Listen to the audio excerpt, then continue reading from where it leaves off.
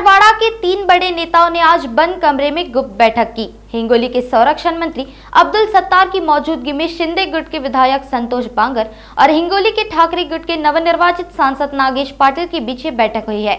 इस मुलाकात की राजनीतिक गलियारों में तरह तरह की चर्चाएं चल रही है।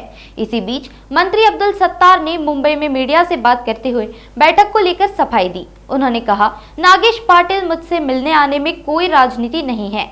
मी हिंगोली जिल्ह्याचा पालकमंत्री आहे। ते हिंगोली जिल्ह्याचे खासदार आहेत। माझ्या बंगल्यावर आले, भेटायला आले, मंत्रालयात भेटायला आले। अशा पद्धतीमध्ये कुठेही राजकारण नाही। माझ्या माहितीप्रमाणे माझ्याकडे ते फक्त जिल्ह्याच्या कामासाठी आले होते आणि आमदार बांगर साहेब भी होते।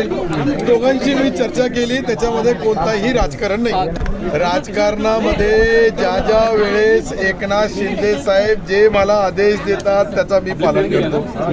त्यामध्ये कुठेही राजकारणाचा संबंध नाही। आता जी आमची ही भेट होती ही काही राजकीय नव्हती आणि अनेक जे लोक येतात त्याच्यामध्ये खासदार नागेश पाटील हे माझ्याकडे आले होते। याच्यामध्ये पण जेव्हा दोन राजकारणी भेटतात तेव्हा राजकारणावर चर्चा होत नाही असं होत नाही। आता चहा पिल्यानंतर चहावर गप्पा चप्पा होतातच, पण त्या राजकारणाच्या असतात असं कधी नाहीये। परंतु जे काही निर्णय आहे हे जे पालकमंत्री म्हणून मला घेण्याचा अधिकार आहे, त्यामध्ये त्यांना काम मागण्याचा, जिल्ह्याची चर्चा करण्याचा अधिकार आहे आणि अशीच ती चर्चा होती। एक लक्षात घ्या, सन्माननीय एकनाथ शिंदे साहेब याच्यावर उत्तर देऊ शकतात। कोणाला पक्षात घ्यायचं, कोणाला नाही घ्यायचं, ही चर्चा करण्याचा अधिकार आमचे पक्षाचे नेते, आमचे लाडके मुख्यमंत्री आदरणीय एकनाथ शिंदे साहेबांना आहे।